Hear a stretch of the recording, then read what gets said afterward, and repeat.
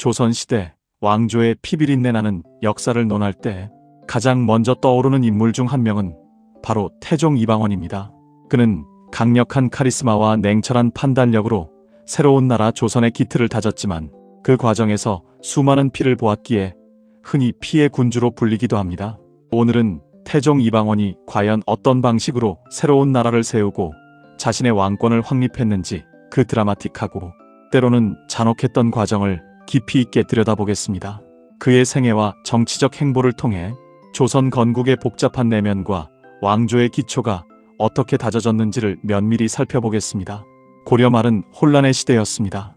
밖으로는 끊임없는 외구의 침입과 원나라의 간섭으로 백성들의 삶이 피폐해졌고 안으로는 권문세족의 횡포와 불교계의 타락이 극에 달해 사회 전반의 불만이 팽배했습니다. 이러한 극심한 혼란 속에서 이성계는 탁월한 무력을 바탕으로 전장에서 혁혁한 공을 세우며 명성을 쌓아가고 있었습니다. 그는 위화도 회군이라는 결정적인 사건을 통해 고려의 실권을 장악하게 되었고 이 순간부터 점진적으로 새로운 왕조의 개창을 준비하기 시작했습니다. 이방원은 이러한 아버지 이성계의 옆에서 그의 정치적 역량을 발휘하며 새로운 시대를 열고자 했던 가장 핵심적인 인물 중 하나였습니다. 그는 고려의 낡은 체제를 뒤엎고 새로운 질서를 세우는데 주도적인 역할을 했습니다. 이방원은 이성계의 5째 아들로 태어났지만 어려서부터 다른 형제들과는 확연히 다른 비범한 지략과 통찰력을 보였습니다. 그는 특히 유학에 깊이 빠져 과거 시험에 급제할 정도로 학문적 소양이 뛰어났습니다. 이는 그가 단순한 무인이 아닌 문무를 겸비한 인재였음을 보여줍니다. 하지만 그의 진정한 재능은 혼란스러운 정세 속에서 더욱 빛을 발했습니다. 그는 고려의 충신들이자 새로운 왕조 개창에 완강히 반대했던 정몽주와 같은 인물들의 존재가 조선 건국의 걸림돌이 될 것이라고 정확하게 판단했습니다. 이성계가 정몽주를 회유하려 하거나 그의 존재를 애써 외면하려 할 때 이방원은 정몽주를 제거해야 한다고 강력히 주장했습니다. 이성계가 망설이자 이방원은 직접 나서 선주교에서 정몽주를 제거하는 과감하고 냉혹한 행동을 감행했습니다. 이 사건은 이방원의 냉철하고 극단적인 결단력을 여실히 보여주는 충격적인 사건이었으며 새로운 시대를 열기 위한 그의 잔혹한 의지를 드러냈습니다. 이는 그가 자신의 목표를 위해서라면 피도 서슴지 않는 인물이었음을 역사에 각인시키는 계기가 됩니다. 정몽주의 죽음은 고려의 운명을 사실상 결정짓는 결정적인 사건이었습니다. 고려의 마지막 충신이자 구심점이 사라지면서 이성계의 조선 건국은 더욱 가속화되었고 결국 1392년 이성계는 새 왕조 조선을 건국하고 태조로 즉위하게 됩니다. 이 과정에서 이방원은 아버지의 가장 강력한 조력자였으며 개국 공신으로서 지대한 공을 세웠습니다. 그는 건국 초부터 탁월한 정치, 감각과 미래를 내다보는 해안으로 강력한 왕권 강화의 필요성을 절감하고 있었습니다. 그는 새로운 왕조가 오랫동안 번영하기 위해서는 흔들림 없는 왕권이 필수적이라고 믿었습니다. 하지만 건국 이후 이방원은 곧바로 예상치 못한 정치적 위기에 직면했습니다. 태조 이성계는 그의 어린 8째 아들인 방석을 세자로 책봉했습니다. 이는 이방원에게는 큰 충격과 깊은 좌절로 다가왔습니다. 자신은 건국에 누구보다 큰 공을 세웠음에도 불구하고 어리고 정치적 경험이 없는 이복 동생에게 왕위를 빼앗길 위기에 처했기 때문입니다. 이 세자 책봉은 표면적으로는 이성계의 계비 강씨의 강력한 영향력이 크게 작용했지만 그 이면에는 조선의 새로운 지배 이념인 유교적 이상을 현실에서 구현하고자 했던 핵심 인물인 정도전의 깊은 의도가 숨어 있었습니다. 정도전은 당시 최고의 유학자이자 사상가로서 재상 중심의 정치체제를 꿈꾸었습니다. 그는 왕권이 너무 강해져 전제군주제가 되는 것을 경계하고 유능한 재상이 합의를 통해 나라를 이끌어가는 합리적인 체제를 구상했습니다. 이를 위해 그는 젊고 경험 없는 세자를 옹립하여 자신의 정치적 영향력을 극대화하려 했습니다.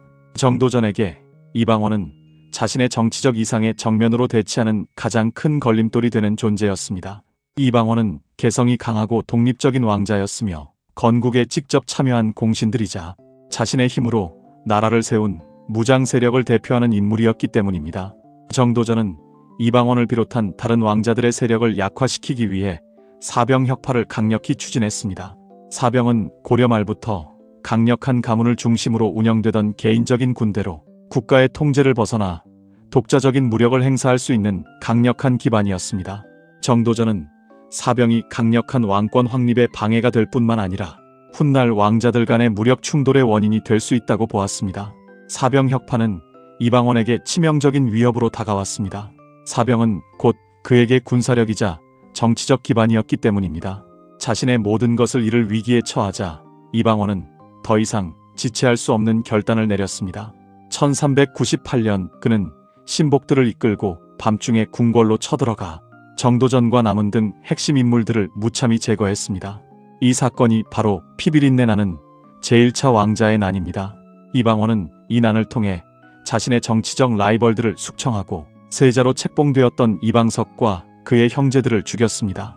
태조 이성계는 이 사건으로 인해 자신의 아들과 신복들을 모두 잃는 큰 충격을 받고 깊은 시리에 빠졌으며 결국 정종에게 왕위를 물려주고 상황으로 물러나 버렸습니다. 이로써 이방원은 막강한 실권을 장악하게 되었지만 아직 왕위에 오르지는 못했습니다.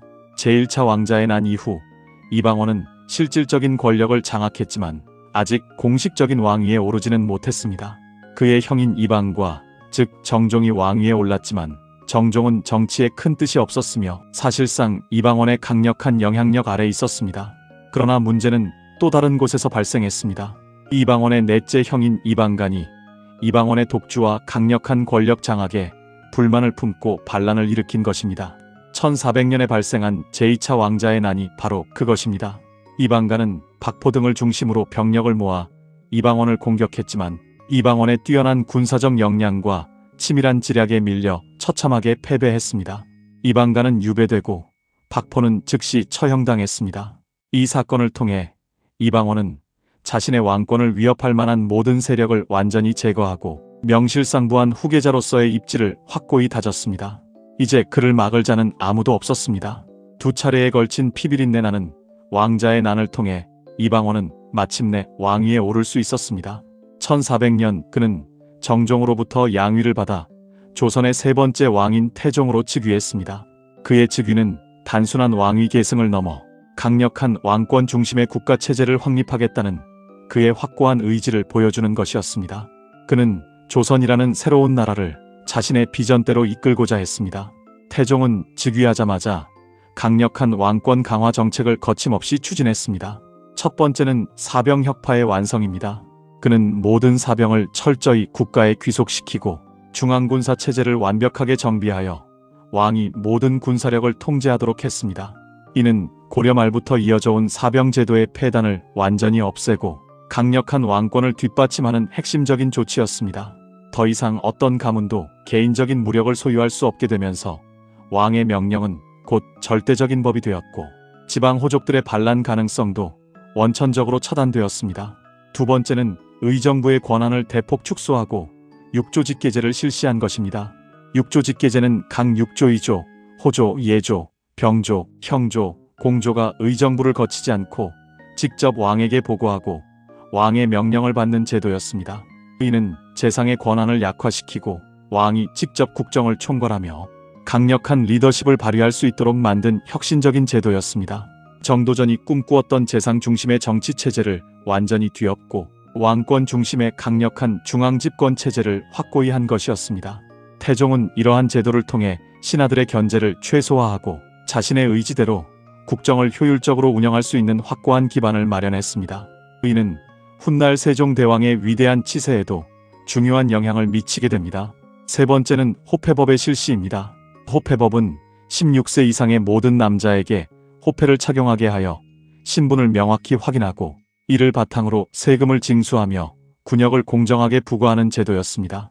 이는 국가가 백성을 효율적으로 파악하고 통제할 수 있게 하여 안정적인 조세 수입과 군사력 확보에 지대한 기여를 했습니다. 또한 호패를 통해 범죄자를 식별하고 도적대를 효과적으로 막는 데도 기여하여 사회 질서를 유지하고 국가의 행정력을 강화하는 데 매우 중요한 역할을 했습니다. 이 제도는 백성들의 삶에 직접적인 영향을 미쳤지만 국가의 통치 기반을 공고히 하는데 필수불가결한 조치였습니다. 이를 통해 국가는 더욱 강력한 통제력을 갖게 되었습니다. 태종은 이 외에도 수많은 개혁을 단행했습니다. 그는 토지 제도를 전면적으로 개혁하여 국가의 수입을 극대화하고 불교의 폐단을 철저히 척결하기 위해 사찰의 토지를 몰수하고 승려의 수를 제한하는 등 강력한 불교 억압 정책을 펼쳤습니다. 불교는 고려시대에 강력한 세력을 형성하며 사회 전반에 막대한 영향력을 행사했지만 태종은 이를 국가의 통제 아래 두어 새로운 조선 왕조의 유교적 이념을 확고히 확립하고자 했습니다. 또한 그는 외교적으로도 실리적인 정책을 펼쳐 명나라와의 관계를 안정시키고 북방의 여진족과 남방의 왜구를 견제하며 국방을 튼튼히 강화했습니다. 특히 대마도 정벌을 통해 왜구의 침략을 근절하려는 의지를 보여주기도 했습니다. 하지만 태종의 피해 정치는 여기서 멈추지 않았습니다. 그는 자신의 왕권을 조금이라도 위협할 만한 어떤 세력도 결코 용납하지 않았습니다. 그는 심지어 자신의 외척들까지도 과감하게 숙청하는 냉혹함을 보였습니다. 민씨 가문은 태종의 왕비인 원경왕후 민씨의 친정이었고 왕자의 난 때 이방원을 적극적으로 도왔던 핵심 세력이었습니다. 이방원의 왕위 등극에 지대한 공을 세웠던 그들이었지만 태종은 이들이 자신의 왕권을 위협할 수 있는 잠재적 위험 요소로 판단했습니다. 결국 태종은 민씨 가문의 네 형제인 민무구, 민무질, 민무회, 민무휴를 모두 제거했습니다. 이는 왕권 강화를 위한 태종의 냉철하고 잔혹한 면모를 여실히 보여주는 대표적인 사건입니다. 자신의 가족이라 할지라도 왕권 앞에서는 예외가 없다는 것을 분명히 보여준 것입니다. 이 사건은 태종의 철저한 왕권 강화 의지를 드러내는 상징적인 사건으로 역사에 기록되었습니다. 태종은 이러한 강압적이고 때로는 잔혹한 통치 방식을 통해 강력한 왕권을 확립하고 조선 초기의 혼란을 효과적으로 수습했습니다. 그는 스스로 군주의 모든 권한을 쥐고 국정을 운영하며 새로운 왕조의 확고한 기틀을 다졌습니다. 그의 통치 기간 동안 조선은 정치적 안정을 찾고 견고한 경제적 기반을 마련했으며 유교적 지배 이념을 사회 전반에 걸쳐 확고히 할 수 있었습니다. 하지만 그 과정에서 수많은 사람들의 피를 흘려야 했고 많은 이들이 그의 잔인함에 희생되었습니다. 이것이 바로 그가 피해 군주로 불리는 복잡하고 비극적인 이유입니다. 태종은 비록 피비린내 나는 과정을 거쳐 왕위에 올랐고 재위 기간 내내 강력한 숙청 정치를 펼쳤지만 그의 치세는 조선 왕조 500년의 토대가 되었다는 점에서 역사적으로 매우 중요한 의미를 가집니다. 그는 왕권을 극대화하고 중앙집권 체제를 확립함으로써 안정적인 국가 운영의 기반을 마련했습니다. 또한 유교 이념을 확고히 하여 새로운 사회 질서를 구축했습니다. 그의 아들인 위대한 세종대왕은 태종이 피로 다져놓은 안정적인 기반 위에서 위대한 문화적, 과학적 발전을 이룰 수 있었습니다. 어쩌면 태종의 강력하고 때로는 강압적인 통치가 있었기에 세종의 태평성대가 가능했을지도 모른다는 역설적인 평가도 존재합니다. 태종의 통치가 없었다면 조선이라는 새로운 국가 자체가 뿌리내리기 어려웠을 것입니다. 태종 이방원은 격동의 시대를 살았던 진정한 인물입니다. 그는 고려의 멸망과 조선의 건국이라는 거대한 역사적 전환점에서 자신의 역할을 충실히 그리고 누구보다도 강력하게 수행했습니다. 그의 삶은 권력을 향한 뜨거운 욕망과 함께 새로운 국가를 건설하고 영속시키고자 하는 강렬한 의지로 점철되어 있었습니다. 그는 이상주의자보다는 철저한 현실주의자에 가까웠고 자신의 목표를 달성하기 위해서는 어떤 수단과 방법도 가리지 않았습니다. 이는 그를 잔혹한 군주로 기억하게 하지만 동시에 혼란한 시대를 평정하고 새로운 질서를 세운 강력한 리더이자 영웅으로 평가받게 하기도 합니다. 그의 냉철함과 결단력은 조선이라는 나라를 반석 위에 올려놓는데 결정적인 역할을 했습니다. 태종 이방원의 이야기는 단순히 과거의 한 인물에 대한 기록이 아닙니다. 그것은 권력의 본질, 국가의 탄생 과정, 그리고 한 인간의 복잡다단한 면모를 보여주는 거울과도 같습니다. 그의 삶을 통해 우리는 국가의 흥망성쇠, 그리고 그 과정에서 피할 수 없는 선택과 희생에 대해 깊이 성찰할 수 있습니다. 피해 군주라는 오명 뒤에 숨겨진 그의 진짜 모습은 무엇이었을까요? 그는 과연 잔혹한 폭군이었을까요? 아니면 혼란한 시대를 평정하고 새로운 질서를 세운 위대한 개혁가였을까요? 이 질문에 대한 답은 여러분 각자의 역사적 판단과 관점에 따라 달라질 것입니다. 그의 행적은 오늘날까지도 많은 논쟁과 평가를 낳고 있습니다. 여러분은 태종 이방원을 어떻게 평가하시나요?